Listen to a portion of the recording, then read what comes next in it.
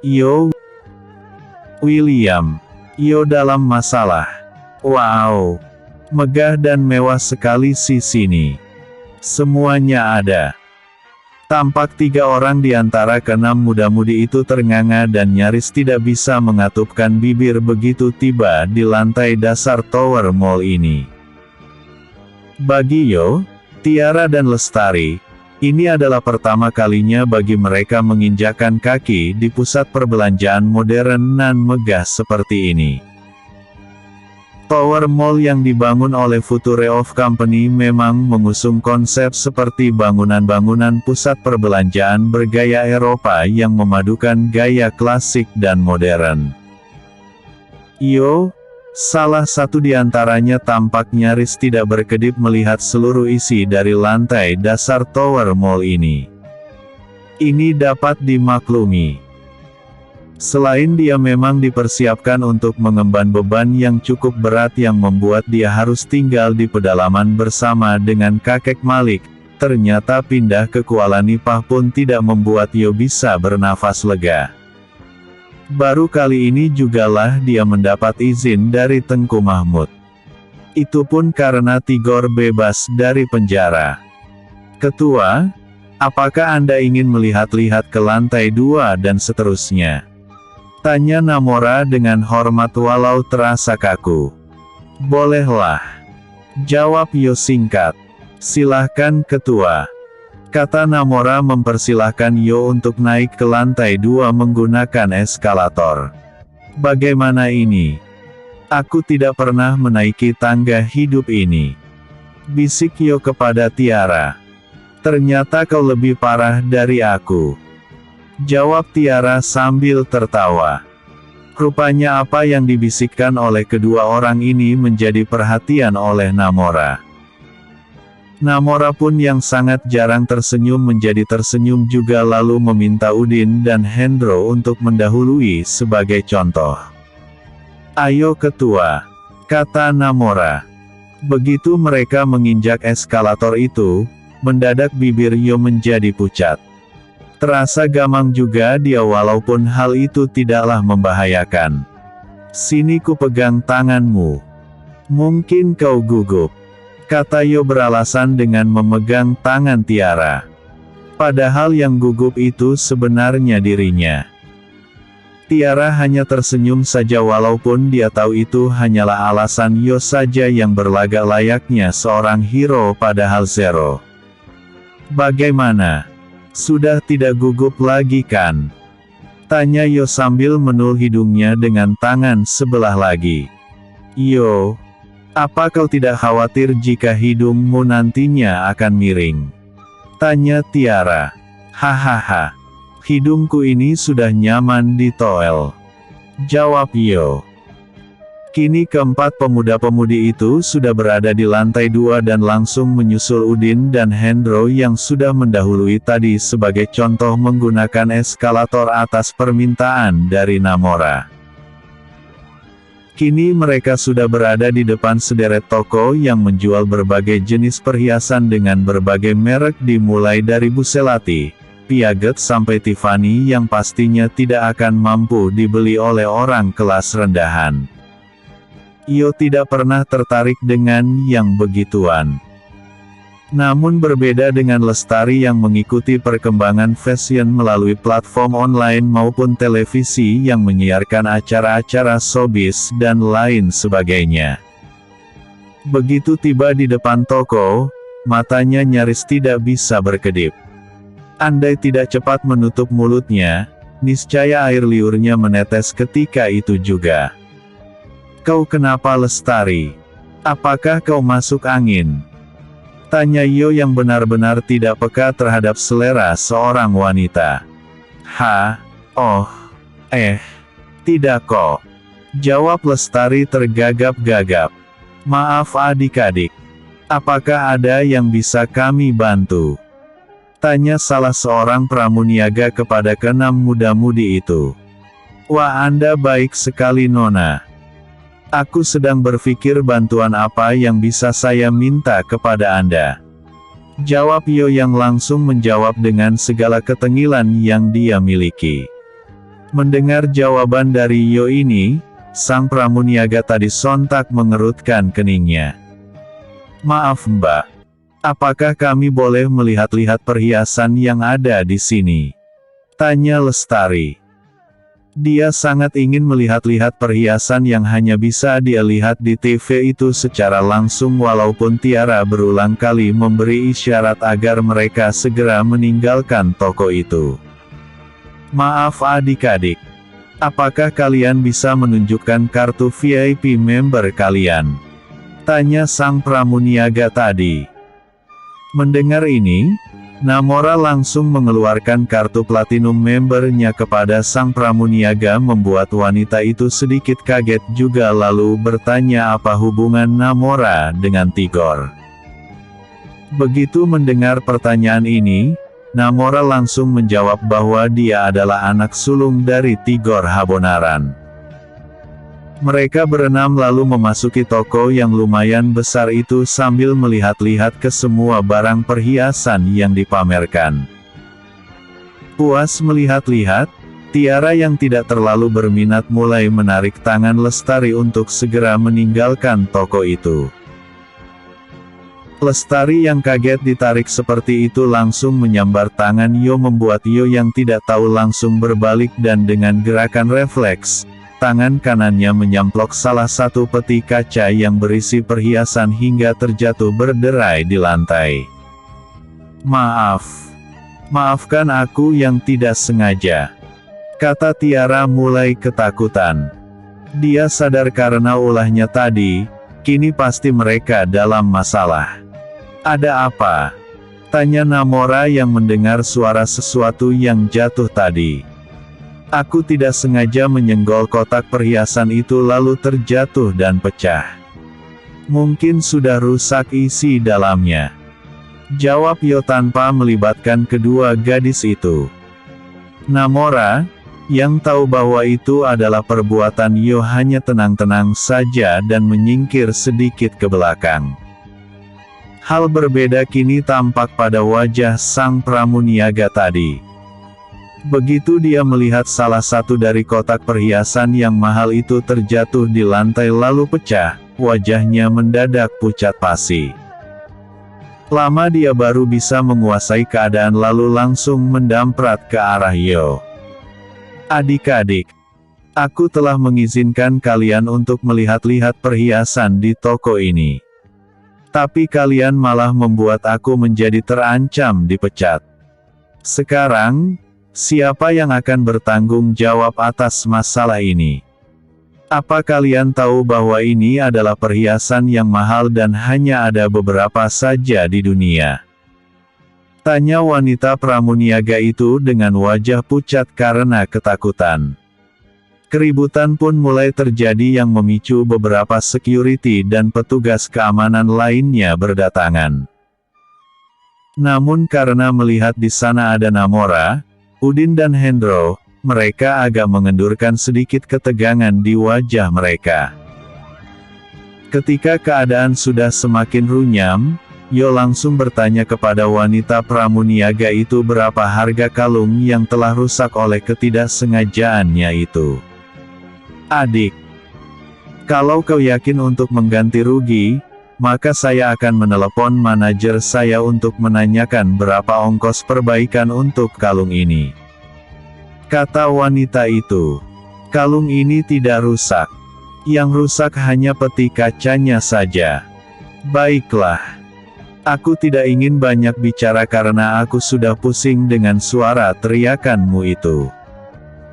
Sekarang, aku ingin bertanya. Berapa harga dari kalung ini?" tanya Yo. Jika itu hanya Yo saja, kemungkinan terbesar adalah dia sudah digebuki atas perkataan yang tidak masuk akal dari dirinya itu. Namun karena di sana juga ada putra dari Tigor, Andra dan Jabat, maka mereka mau tidak mau harus percaya bahwa masalah ini pasti akan selesai. Setidaknya, ketiga ayah dari tiga orang pemuda itu akan bisa mengatasi masalah ini. "Adik, Aku akan mengatakan kepadamu bahwa harga dari kalung ini senilai 2 juta dolar Amerika atau setara dengan 29 miliar rupiah. Jawab pramuniaga itu. Kata Yo lalu mengeluarkan ponselnya. Dia tidak ingin meminta bantuan kepada siapapun. Hanya ingin bertanya kepada ayahnya apakah kartu kredit yang dia miliki memiliki uang yang cukup untuk membayar kalung yang dia jatuhkan tanpa sengaja itu. "Halo Yo. Mengapa menelepon?" tanya satu suara di seberang sana. "Ayah. Aku telah merusak sebuah kalung di toko Tiffany & Co. Mereka mengatakan bahwa harga kalung ini senilai 2 juta dolar. Apakah kartu kredit yang diberikan oleh kakek Jeff kepadaku bisa digunakan untuk membayar kalung ini?" tanya Yo kepada ayahnya. "Yo, katakan di mana kau saat ini?" "Aku berada di toko perhiasan Tiffany & Co tepat di lantai 2 Tower Mall," jawab Yo. "Kau tunggu di sana. Ayah akan menghubungi seorang sahabat," jawab sang ayah lalu mengakhiri panggilan telepon itu. Episode sebelumnya, Yo yang tidak pendendam. Episode berikutnya, Yo naik troli. Yo William. Yo naik troli. Seorang wanita setengah baya tampak meraih gagang telepon yang berdering dengan bunyi dering yang memenuhi ruang kerjanya itu. Sambil meneliti beberapa buku laporan, dia menjepit gagang telepon itu di antara dagu dan bagian bawah lehernya sambil berkata, "Halo, manajer kepala Tower Mall di sini. Apakah ada yang bisa saya bantu?" tanya wanita setengah baya itu. "Alin, di mana kau saat ini? Apakah kau berada di ruangan kerjamu?" Terdengar satu suara yang sangat dikenal oleh wanita itu di seberang telepon yang membuat perasaannya menjadi tidak enak. "Benar Tuan Besar. Saya berada di ruangan kerja saya saat ini," jawab wanita yang ternyata adalah manajer kepala di Tower Mall itu. "Alin, dengarkan aku. Kau pergi turun ke lantai 2. Tepatnya di toko perhiasan Tiffany & Co. "Maaf Tuan Besar. Ada apakah di lantai 2 jika saya boleh tahu?" tanya manajer kepala bernama Alin itu. "Putraku, Yo William ada di sana. Dia sedang dalam masalah karena menjatuhkan perhiasan kemudian merusaknya. Cepat turun, temui dia dan bereskan masalah. Jika sampai dia marah, bisa hancur toko Tiffany itu," kata lelaki yang dipanggil Tuan Besar itu dengan tegas. "Apa?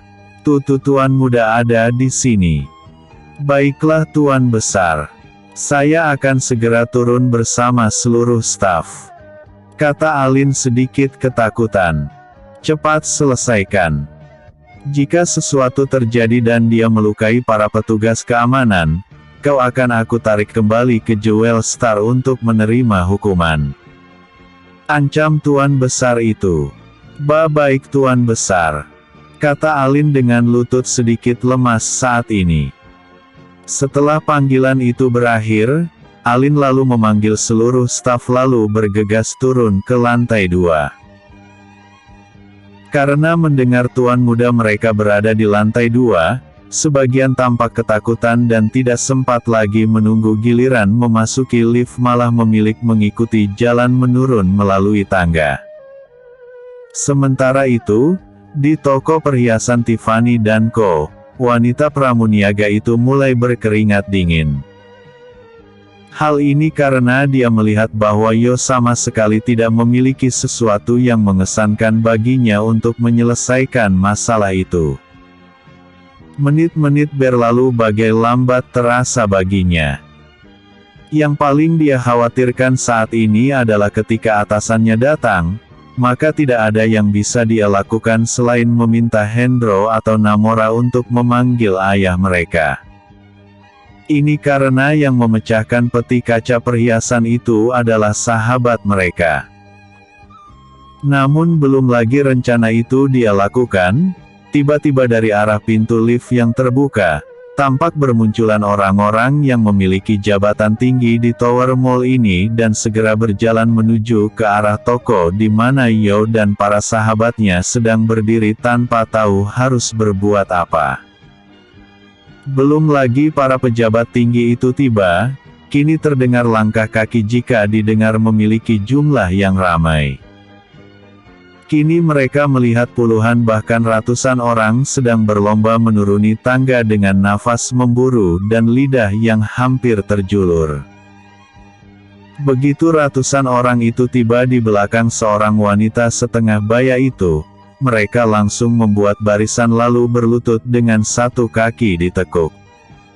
"Selamat datang di Tower Mall Tuan Muda," kata mereka serentak.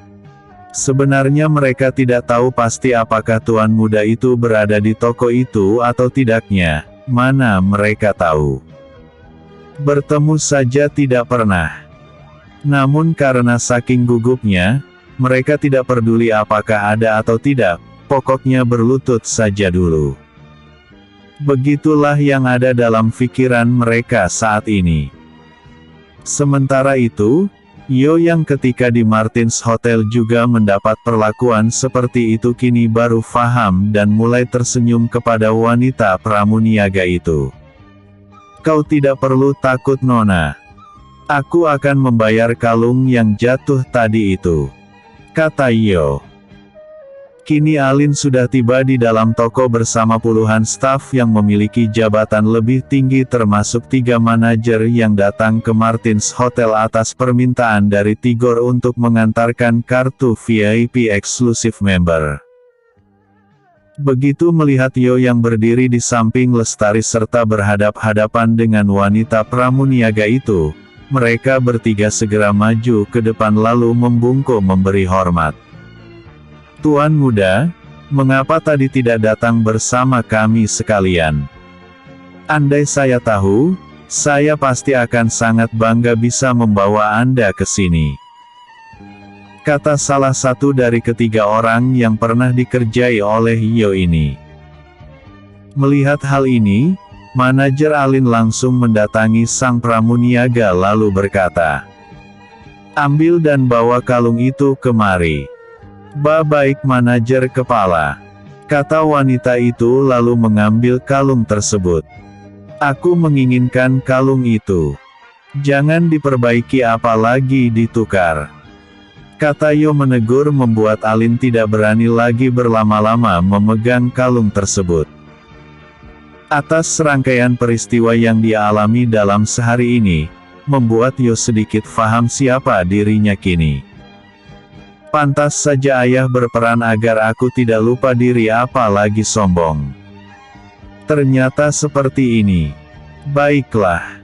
Aku tidak akan sombong. Tapi berbuat seenak jidatku saja, kata Yo dalam hati. Dia tersenyum lalu menarik tangan salah satu dari manajer itu kemudian berbisik. "Aku ingin belanja yang banyak di sini. Apakah itu boleh?" tanya Yo. "Boleh Tuan Muda. Anda bebas melakukan aktivitas berbelanja apa saja di sini. Kalau aku pecahkan lagi peti kaca yang itu, apa boleh juga?" tanya Yo sambil menunjuk ke arah untaian kalung berlian yang pastinya lebih mahal dari kalung yang tadi. Sambil menelan ludah, sang manajer yang pernah berjoget atas perintah Yo ini hanya bisa mengangguk dengan ekspresi wajah memucat. "Hahaha, Anda tidak perlu tegang begitu. Aku bukan orang yang suka membuat kekacauan," kata Yo sambil menepuk pundak manajer lelaki yang usianya mungkin sebaya dengan Jerry William. Kini Yo menatap ke arah gadis pramuniaga tadi, menatapnya dengan tatapan lucu lalu menjentikkan jari telunjuknya memberi isyarat agar wanita itu datang. "Maafkan saya Tuan Muda. Saya tidak tahu bahwa Anda..." "Sudahlah. Aku tidak suka dengan adegan yang terlalu dramatis seperti ini. Sejak di hotel aku sudah terlalu banyak mendengar perkataan membosankan seperti ini. Kata Yo sambil mengambil kalung itu. Dia tahu sebagian mungkin tulus. Tapi sebagian lagi pastilah hanya penjilat. Walau tengil dan terkesan seperti orang yang masa bodoh, tapi Yo tidaklah bodoh. Dia adalah anak yang cerdas. Hanya saja kecerdasan itu tertutupi oleh tingkahnya yang memang tidak pernah serius dan terkesan kurang waras persis seperti kedua gurunya.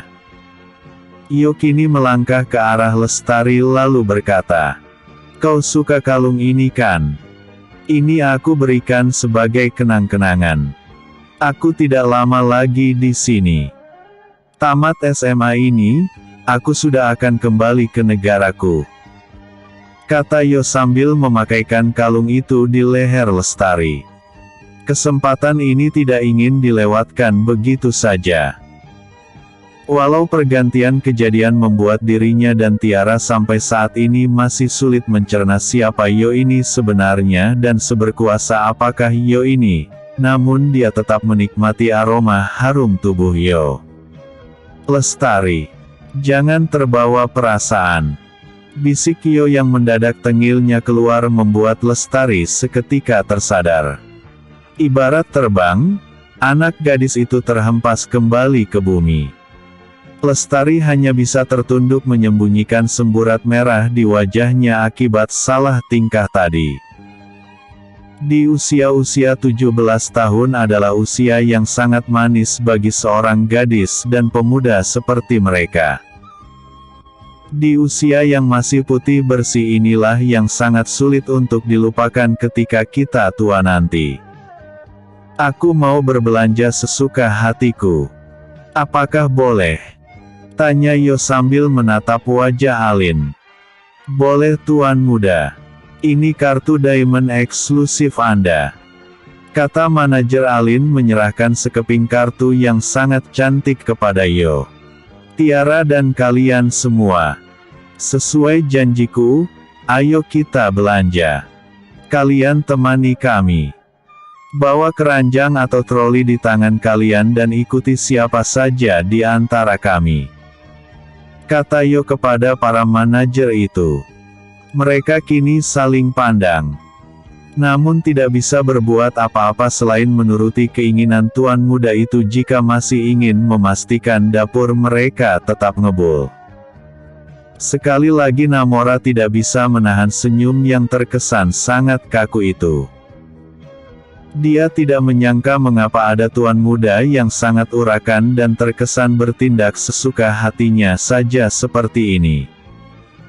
Sementara itu, Yo sudah duduk di dalam troli yang didorong oleh salah seorang dari manajer itu. Tingkahnya ini mau tak mau membuat semua orang merasa lucu. Mana ada tuan muda yang tidak memperhatikan image-nya seperti Yo ini. "Kau tidak ingin mencoba Tiara? Masuklah ke dalam troli itu," seru, kata Yo sambil tertawa. "Ayo Pak Manajer, bawa aku keliling toko itu," kata Yo. "Baik Tuan Muda," kata sang manajer sambil mendorong troli yang dinaiki oleh Yo tadi. "Kau lihat Yo itu Din. Bisa muntah darah nanti Pak Manajer itu dikerjai olehnya," bisik Hendro. "Hahaha. Makanya kau harus mengatur jarak dengannya. Jangan sampai nanti malah kau yang disuruh mendorong troli itu," kata Udin lalu bergegas mengejar Yo yang sudah jauh bersama Pak Manajer yang mendorong dirinya di dalam troli itu.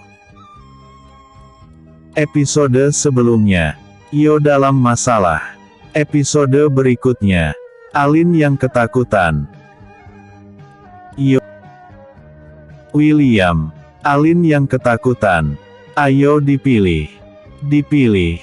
Dipilih. Murah meriah. Hari ini ada diskon spesial buat semua yang belanja di Tower Mall ini. Tampak Yo sedang berteriak sambil duduk di dalam troli yang didorong oleh Pak Manajer.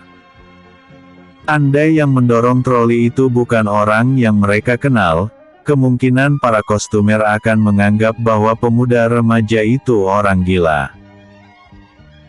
Tapi karena pemuda yang duduk seperti cacing kepanasan dalam troli yang didorong oleh Pak Manajer, kemudian kepala seluruh staf yaitu Miss Alin juga berjalan di belakangnya, membuat mereka bertanya-tanya dalam hati siapa pemuda sinting itu. Namora, maskerku sudah basah. Tolong pintakan masker yang baru kepada mereka ini, kata Yo sambil menunjuk kepada orang-orang berpakaian seragam putih-putih yang ternyata adalah para staf di Tower Mall itu. Baik ketua, kata Namora lalu menatap ke arah salah seorang dari mereka. Tak lama kemudian seseorang datang membawakan masker untuk diberikan kepada Yo William. Yo menerima masker itu lalu meminta beberapa orang untuk melindunginya, kemudian dia pun mengganti maskernya dengan yang baru. Sudah Pak Manajer. Aku tahu fisikmu tidak lelah. Tapi aku yakin batinmu sangat tertekan. Maafkan aku, kata Yo lalu turun dari troli itu.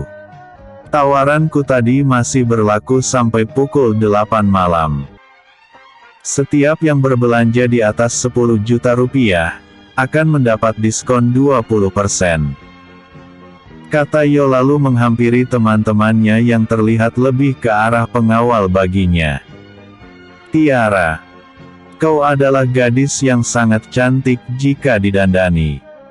Aku ingin nanti malam ketika makan malam di Martins Hotel, kau terlihat sangat anggun.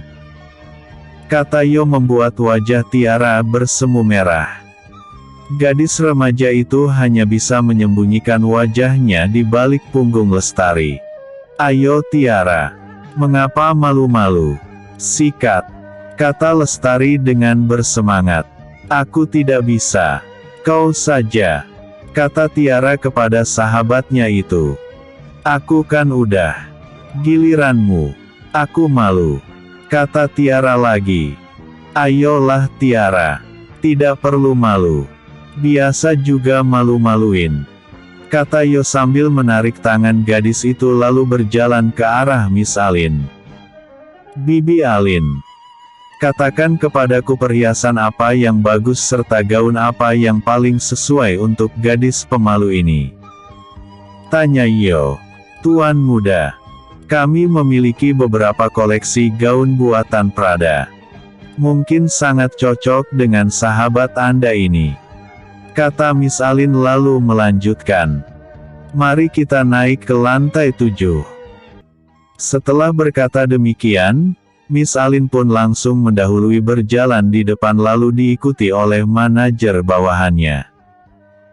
Sampai di lantai 7, kini mata mereka sangat dimanjakan dengan berbagai aneka pakaian dari berbagai merek dan bentuk. Melewati toko Gucci, Yo berhenti sebentar.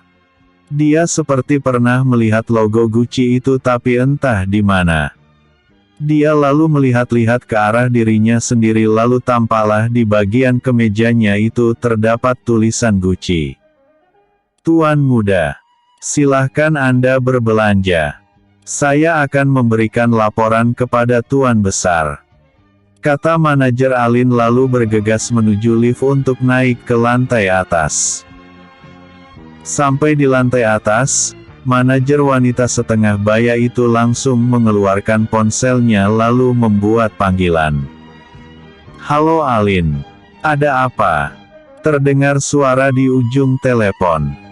Tuan Besar, saya ingin melaporkan bahwa masalah Tuan Muda sudah selesai.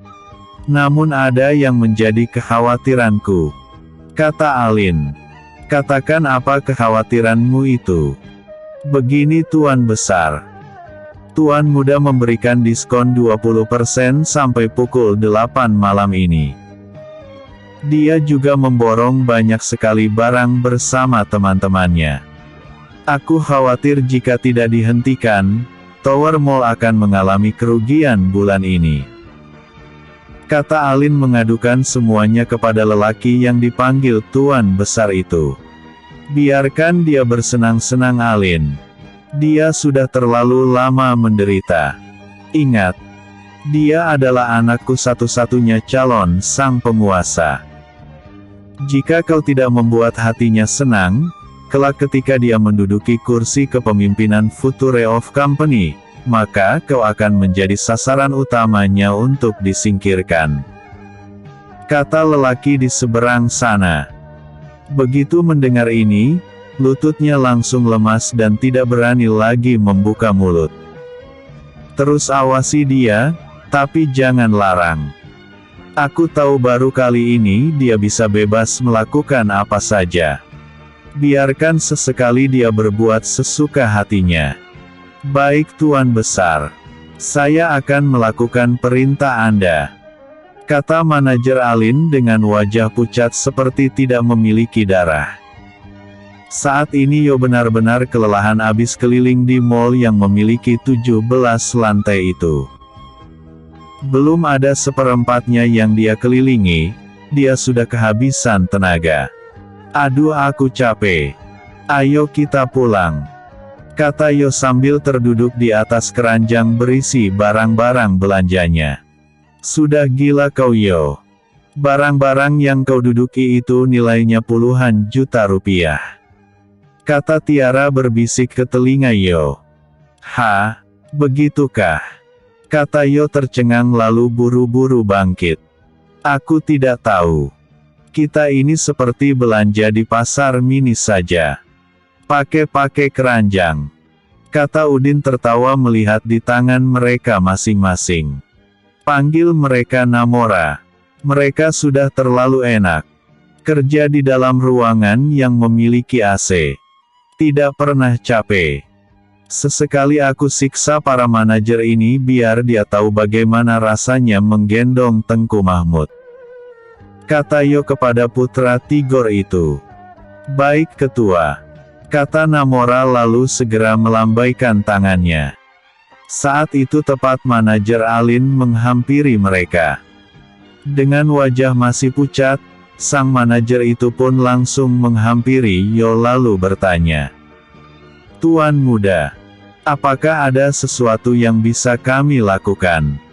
Oh, Miss Alin, Anda akhirnya datang lagi. Aku tidak bisa berjalan. Sungguh sangat melelahkan. Aku ingin seseorang menggendongku lalu mengantar kami ke Martins Hotel. Kata Yo. Baik Tuan muda. Saya akan memanggil pengawal. Jawab Alin.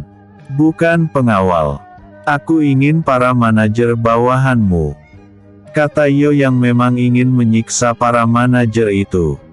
Baiklah Tuan muda.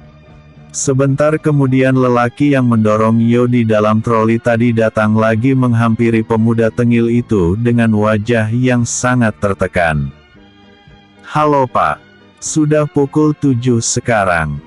Aku ingin kembali ke Martins Hotel. Tolong uruskan semuanya untukku. Kata Yo sambil enak saja kembali menaiki troli dan menyuruh salah satu dari mereka untuk mendorongnya. Miss Alin, Anda atur semua belanjaan kami itu. Antar ke Martins Hotel. Kata Yo lalu enak saja dia memeragakan seperti orang yang lagi nyetir. Ngeeng. Ayo Pak lebih cepat lagi. Kata Yo. Kecuali Namora, semua sahabatnya yang berjalan di belakang tidak tahan untuk tidak memegang perut mereka. Ulah dari Yo ini berkali-kali membuat mereka tersedak. Nyaris putus nafas Pak manajer itu mendorong troli yang diduduki oleh Yo itu menuju kamar lift. Setelah itu, mereka langsung menuju ke ruang parkir bawah tanah dan mempersilahkan Yo dan yang lainnya untuk masuk. Tak lama kemudian, rombongan staf itu pun berangkat untuk mengantar tuan muda yang koplak itu menuju ke Martins Hotel. Baru beberapa jam saja Yo berkunjung, mereka sudah sangat tersiksa. Apalagi kalau Yo ini bertahan selama sebulan. Mungkin banyak staf yang akan mengundurkan diri. Episode sebelumnya, Yo naik troli. Episode berikutnya, Yo memikirkan Tengku Mahmud. William. Yo memikirkan Tengku Mahmud.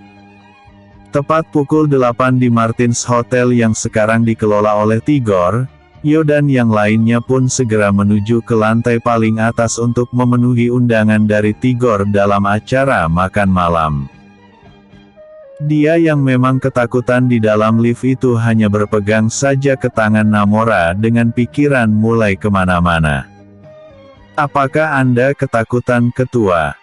tanya Namora dengan hormat namun tetap bernada dingin. "Pertama kali aku takut dalam hidupku adalah ketika ayahku menjemputku di Mountain Slope dengan mengendarai helikopter. Itu adalah ketakutan pertama dalam hidupku. Yang kedua adalah ketika berangkat dari Star Hill ke Kuala Namu. Berulang kali aku ke toilet karena mendadak perutku mulas. Yang ketiga, aku ketakutan dengan tangga yang bergerak sendiri di Tower Mall tadi. Ini yang keempat," kata Yo menjawab dengan polosnya. Sementara itu, Tiara yang berdandan sangat anggun dengan gaun mahal hadiah dari Yo hanya bisa tersenyum dan membuang muka ke samping agar Yo tidak merasa diremehkan. "Aku akan menegur Paman Tigor. Ada ruangan di bawah, mengapa harus bertingkah naik ke atas segala?" kata Yo mengomel. "Maaf Ketua. Di atas adalah room private. Di sana kita tidak akan merasa terganggu oleh pengunjung yang lain. Karena, selain Ketua, hanya ayahku yang boleh mengundang orang memasuki ruangan itu," jawab Namora. "Yo, kau harus membiasakan diri. Fobia itu obatnya adalah dengan melawan," kata Tiara. Dia sengaja mengatakan itu karena tidak ingin melihat Yo dengan wajah seperti keledai yang kebelet buang air. "Ketua. Benar kata Tiara itu. Bagaimanapun, Ketua adalah orang penting yang akan menjalankan berbagai kegiatan. Bagaimana jika dalam sebulan Ketua harus mondar-mandir ke luar negeri dengan pesawat? Bisa berabe urusan kalau setiap naik pesawat, Ketua malah sakit perut," kata Namora sengaja membangkitkan keberanian atasan ayahnya itu. "Benar juga katamu. Tapi butuh waktu dan proses. Jujur aku tidak biasa dengan semua ini." Saat itu, pintu lift pun terbuka dan di luar, tampak ramai lelaki berbadan tegap membuat barisan lalu membungkuk ketika Yo keluar dari lift dan melewati mereka. Yo yang berusaha untuk terlihat keren berulang kali mengelus dada menghilangkan kegugupannya. "Selamat datang di Diamond Box Ketua," kata mereka serentak. "Terima kasih. Di mana Paman Tigor?" tanya Yo kepada mereka yang berdiri menunduk itu. Menjawab Ketua. "Saat ini Bang Tigor sedang menunggu Anda di ruang jamuan." Hanya itu saja yang sebagai jawaban dari Yo. Lalu dia pun berjalan sambil diikuti oleh Tiara, Lestari, Namora, Udin dan Hendro di belakangnya. Begitu dia memasuki satu ruangan, kini di sana sudah ada Andra, Jabat, Ucok, Monang serta beberapa sahabat Tigor.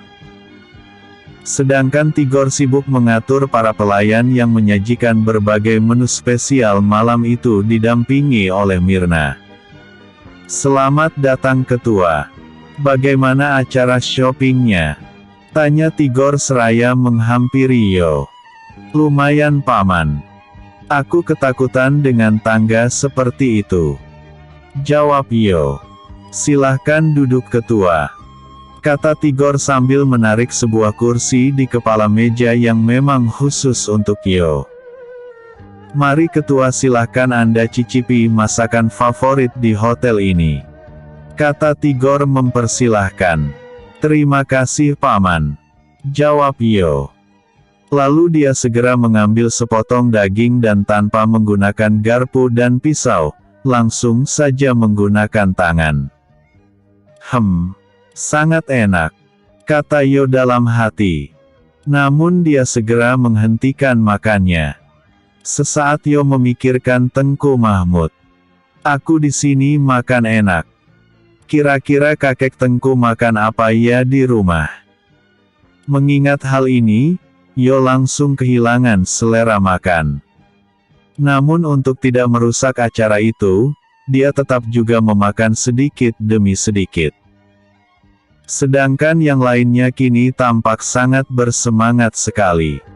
Ketua, apakah Anda baik-baik saja? Tanya Andra yang melihat Yo seperti tidak memiliki nafsu makan.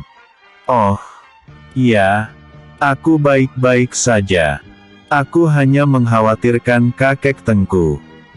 Selama hampir 3 tahun ini, aku tidak pernah berpisah darinya, jawab Yo dengan wajah sendu. Kakek Tengku Mahmud itu pasti baik-baik saja ketua. Anda tidak perlu khawatir, kata Tigor berusaha untuk menghilangkan kekhawatiran Yo William. Paman Tigor, besok suruh koki di hotel ini untuk memasak seperti ini. Aku ingin agar kakek Tengku Mahmud juga bisa merasakan menu spesial ini di Kuala Nipah. Aku tidak bisa makan enak sementara dia entah makan apa di rumah, kata Yo. Untung saja mereka sudah selesai makan. Jika tidak, pasti Tigor tidak akan mampu menelan makanan itu. Betapa perkataan dari Yo ini seolah-olah menamparkan kesadarannya. Menjerit Tigor dalam hatinya mendengar teguran langsung dari ketuanya itu. Memang dia memiliki rencana besok untuk mengunjungi kakek Tengku Mahmud sekalian mengiring kepulangan Yo ke Kuala Nipah. Namun yang tidak terpikirkan olehnya adalah untuk membawakan sesuatu kepada kakeknya itu. Bodohnya cucu celaka seperti aku ini, kata Tigor dalam hati. Paman, apakah kau mendengar perkataanku? Tanya Yo heran karena tidak mendapat respon dari Tigor. Oh, iya ketua. Saya mendengar. Baiklah. Besok saya akan mempersiapkan segala sesuatunya.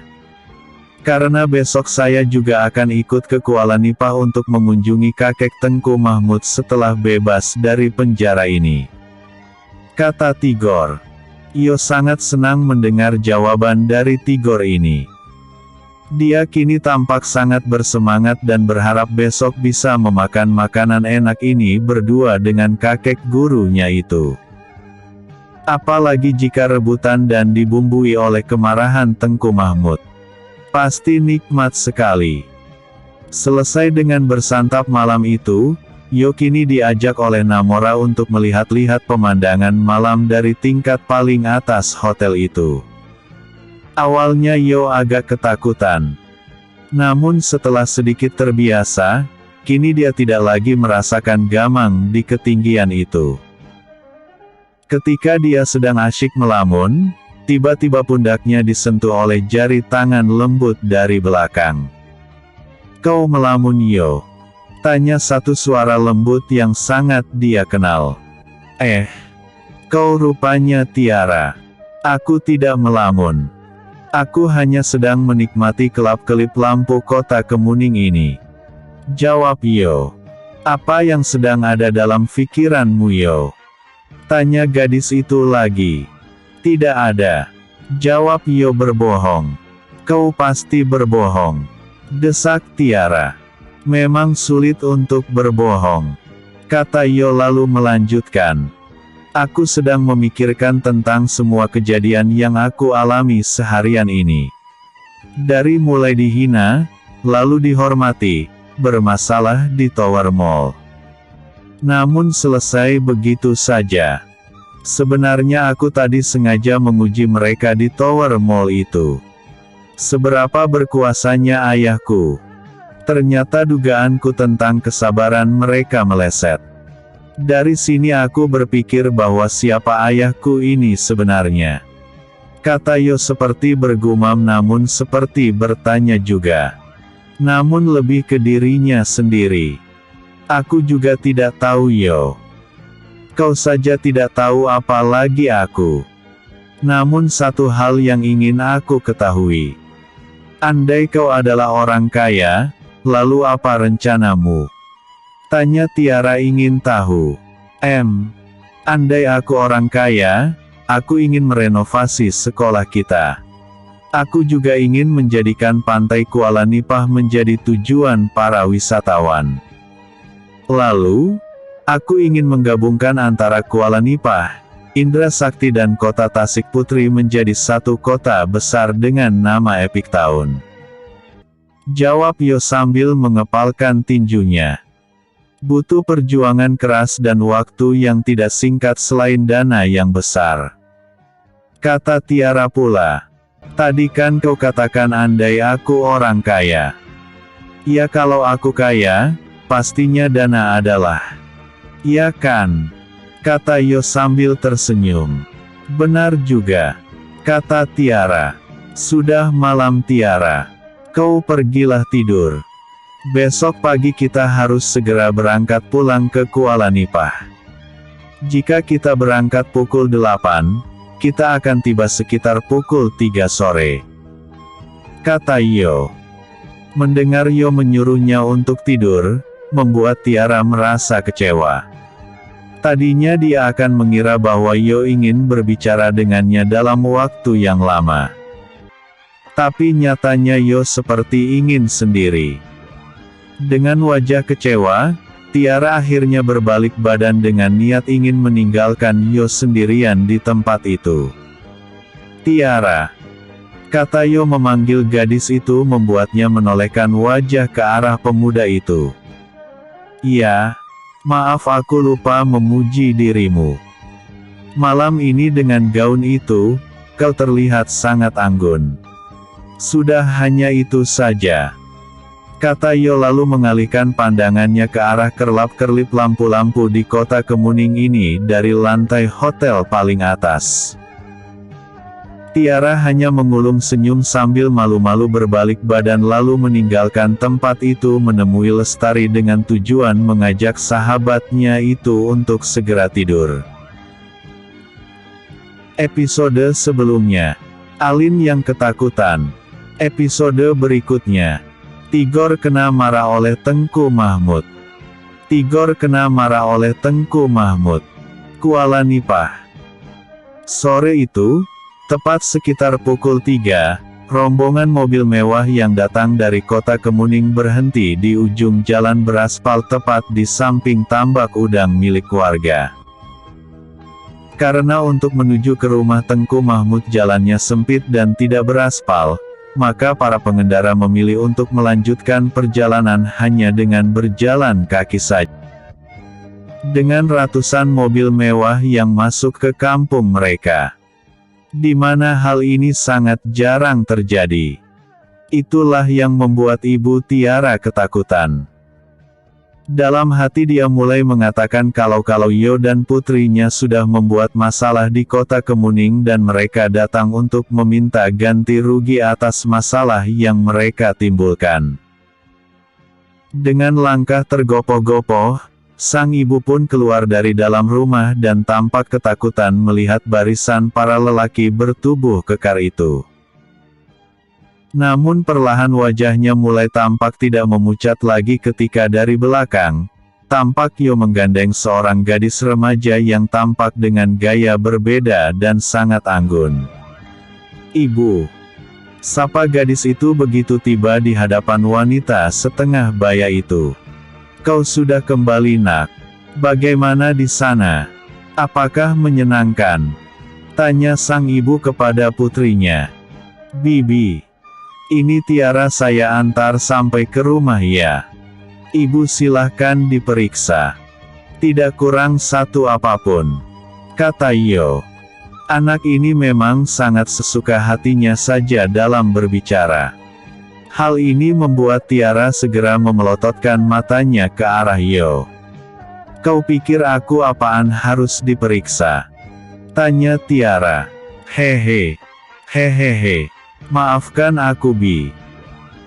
Tapi sesuai dengan janjiku kepada Paman Madun, Tiara kembali dalam keadaan selamat tanpa tergores sedikitpun. Kata Yo sambil garuk-garuk kepala. Ya sudah. Lalu apa arti dari semua ini? Tanya sang ibu yang heran melihat ada ratusan lelaki bertubuh kekar yang berdiri di belakang Yo dan Tiara. Sulit untuk menjelaskannya secara singkat Bu. Tapi yang jelas, mereka itu adalah anak buah Paman Tigor. Mereka ingin mengunjungi kakek Maha Guru. Tapi singgah sebentar sekalian untuk mengantarku sampai di depan pintu. Jawab Tiara. Hal yang sama juga terjadi di depan rumah Lestari di kampung Indra Sakti tadi. Kedua orang tua gadis itu juga nyaris saja terkencing-kencing di celana karena merasa terintimidasi oleh kedatangan ramai sekali orang-orang berbadan besar. Setelah Tiara dan Yo menjelaskan, barulah mereka merasa takjub sekaligus merasa bangga karena putri mereka diantar dengan rombongan yang lumayan ramai. Seolah-olah anak gadisnya bak seorang putri raja. Setidaknya itulah yang ada dalam pikiran kedua orang tua Lestari tadi. Bi, saya permisi dulu. Saya masih harus pulang. Takut nanti kakek Tengku Mahmud saya marah jika terlambat. Lalu Yo melambaikan tangannya dan tampak 4 orang lelaki berbadan tegap menghampiri dengan membawa bungkusan. Ini oleh-oleh dari kota Kemuning. Semoga Bibi berkenan menerimanya. Kata Yo. Oh. Iya terima kasih. Jawab wanita ibunya Tiara itu. Wanita itu tampak tergagap karena masih belum bisa mencerna semua ini. Harapannya adalah, nanti Tiara akan menceritakan semuanya kepada dirinya apa maksud dari semua ini. Saya pamit pulang dulu Bi. Kata Yo sambil memberi hormat lalu berbalik badan dan melangkah diikuti oleh puluhan lelaki berbadan tegap tadi. Kini dengan didampingi oleh Tigor, Andra, Jabat, Monang, Rio, Namora dan ramai lagi, Yo pun berbelok ke kanan menuju rumah berbentuk panggung dengan dinding terbuat dari anyaman bambu itu. Hati-hati. Guruku itu orang aneh. Lindungi diri kalian. Kata Yo memperingatkan. Benar saja. Belum lagi hilang suara peringatannya, kini dari dalam rumah melesat 3 butir kulit kerang saling menyusul ke arah Tigor, Namora dan Yo. Awas! Seru Tigor memperingatkan lalu membanting diri ke tanah berpasir. Hal serupa juga dilakukan oleh Namora dan hanya Yo saja yang menangkap lesatan kulit kerang itu dengan jepitan antara jari tengah dan jari telunjuknya. Walaupun Tigor dan Namora berhasil menghindar, namun lesatan 2 kulit kerang tadi menghantam orang yang berdiri di belakang mereka dan dengan telak mengenai kening masing-masing membuat mereka jatuh terduduk. Bodoh kalian semuanya. Orang sudah tunggang langgang menghindar, mengapa kalian berdiri mematung di belakang? Bagaimana jika itu tadi senjata tajam yang dilemparkan dengan kekuatan penuh?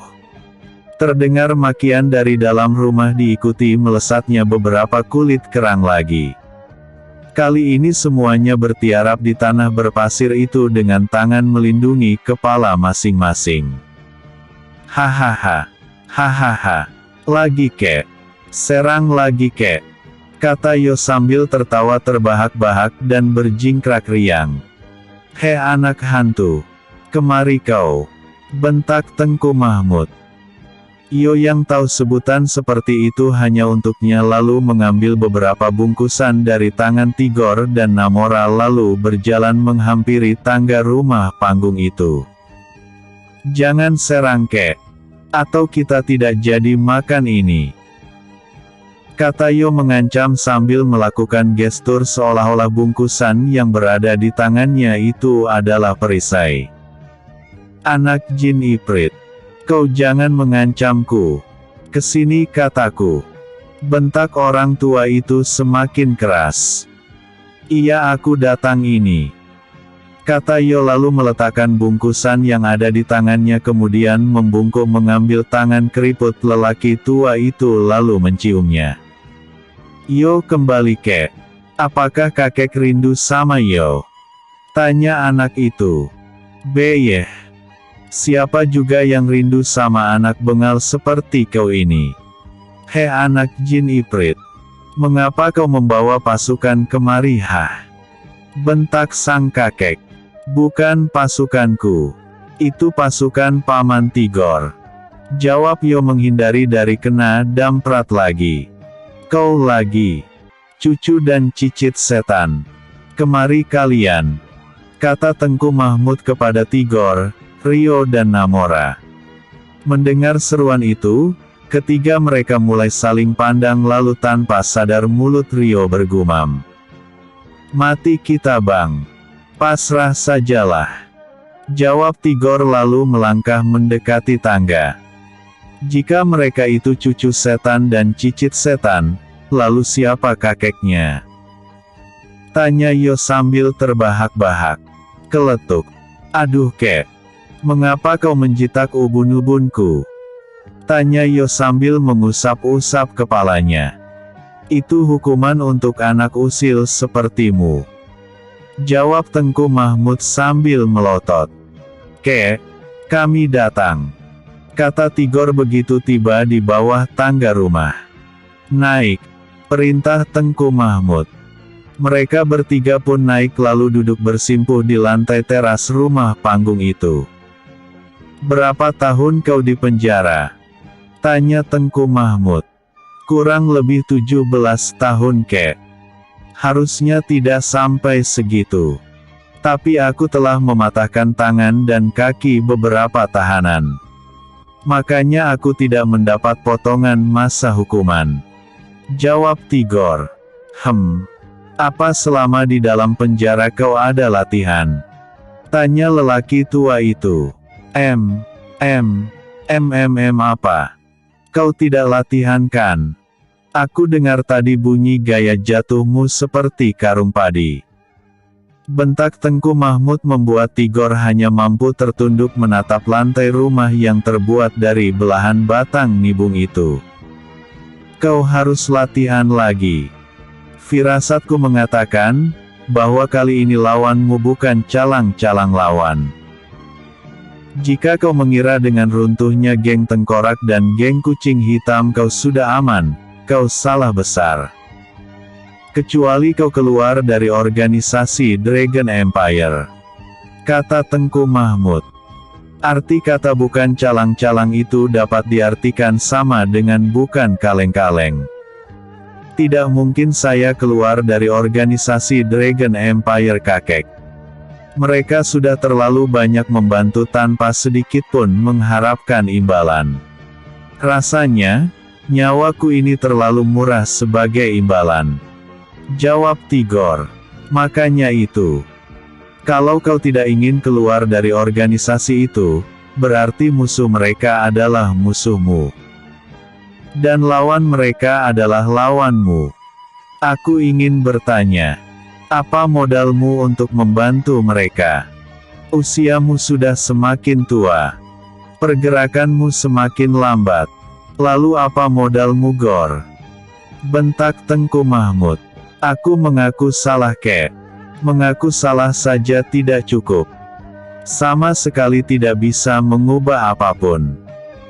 Orang yang hanya mengatakan penyesalan tanpa adanya tindakan untuk memperbaiki diri sama saja dengan tong kosong. Hanya suara saja yang nyaring namun isinya kosong. Kau itu. Kau sama seperti dengan tong kosong.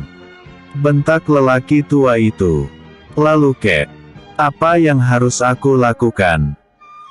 Aku beri waktu selama 4 bulan untuk melepas rindu dan menata kembali pekerjaanmu yang menumpuk. Setelah itu, datang kemari.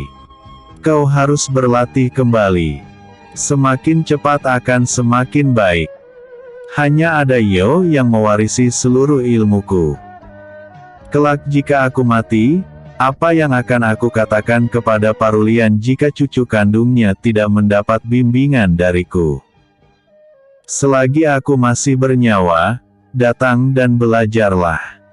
Tapi itu kembali lagi kepadamu. Kelak, jangan menyesal, kata Tengku Mahmud. Parulian adalah kakek kandung Tigor dan Rio, ayah dari Kapten Bonar. Sedangkan Kapten Bonar adalah ayah kandung Tigor dan Rio. Mendengar ini, hal yang paling ditakutkan oleh Tigor dan putranya Namora pun akhirnya terjadi juga, bahwa mereka akan digembleng oleh orang tua aneh dan terkesan angin-anginan itu. Saya akan datang kek. Cicitmu ini juga akan ikut belajar. Tapi mungkin setahun lagi. Menunggu dia tamat sekolah menengah tingkat atas, kata Tigor. Baiklah. Kau anak jin Iprit.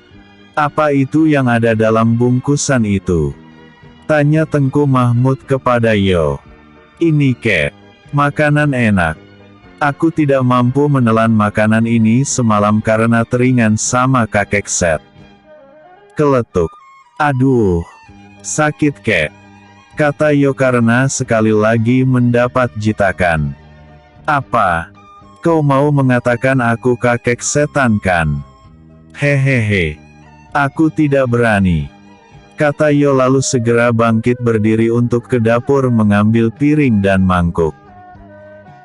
Setelah kembali ke teras, dia lalu meletakkan isi dari bungkusan itu ke dalam piring dan mangkuk lalu mempersilahkan Tengku Mahmud untuk bersantap. Makan kek. Nanti kalau ada sisa, baru aku makan, kata Yo. Tumben kau waras. Biasanya kau ini lebih gila daripada aku, tanya Tengku Mahmud. Aku gila karena tidak mendapatkan guru yang waras. Lepas dari mulut naga, masuk ke mulut dinosaurus, jawab Yo merujuk kepada kakek Malik dan Tengku Mahmud yang keduanya memang sama-sama gila.